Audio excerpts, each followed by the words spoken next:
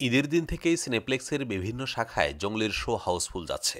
যদিও বরবাদ ও দাগের কারণে জঙ্গলির শোয়ের পরিমাণ কম ছিল, তবুও দর্শকদের কাছ থেকে সিনেমাটি ব্যাপক ইতিবাচক সাড়া পেয়েছে, যে কারণে ঈদের তৃতীয় সপ্তাহে এসেও প্রেক্ষাগৃহে এখনও জঙ্গলি দেখতে মানুষ ভিড় জমাচ্ছে।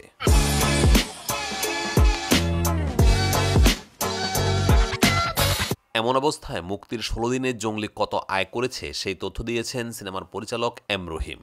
বুধবার রাতে এক ফেসবুক স্ট্যাটাসে এই নির্মাতা জানিয়েছেন, জঙ্গলির গ্রস কালেকশন টিকিট বিক্রি মূল্য ২,৬,০০,০০০ টাকা।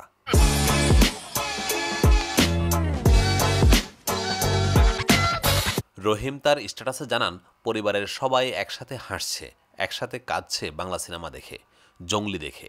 আমরা নিশ্চিত আরও হাজারো লাখো পরিবারের হাসি কান্নার কারণ হব।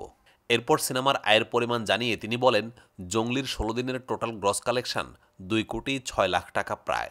এই ভালোবাসা চলুক, চলতেই থাকুক।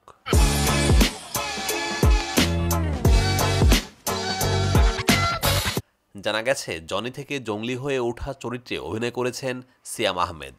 সিনেমার প্রথমার্ধে সিয়ামকে একটি চিরায়িত চকলেট বয় লুকে দেখা গেলেও পরে তার লুক ও অভিনয় ছিল আগের কাজগুলোর চেয়ে একেবারেই আলাদা। পর্দায় এবার তিনি পাশের বাড়ির ছেলে নন, বরং বকে যাওয়া এক জঙ্গলি।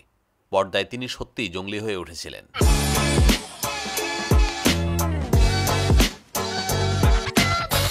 জঙ্গলি সিনেমার প্রধান চরিত্রে অভিনয় করেছেন সিয়াম আহমেদ। এই সিনেমায় অভিনেতা একাধিক লুকে দর্শকদের সামনে হাজির হন। সিনেমায় সিয়ামের বিপরীতে অভিনয় করেছেন প্রার্থনা ফারদিন দিঘি ও শবনম বুবলি। সিনেমায় গানের সুর ও সঙ্গীত আয়োজনের দায়িত্ব পালন করেছেন প্রিন্স মাহমুদ।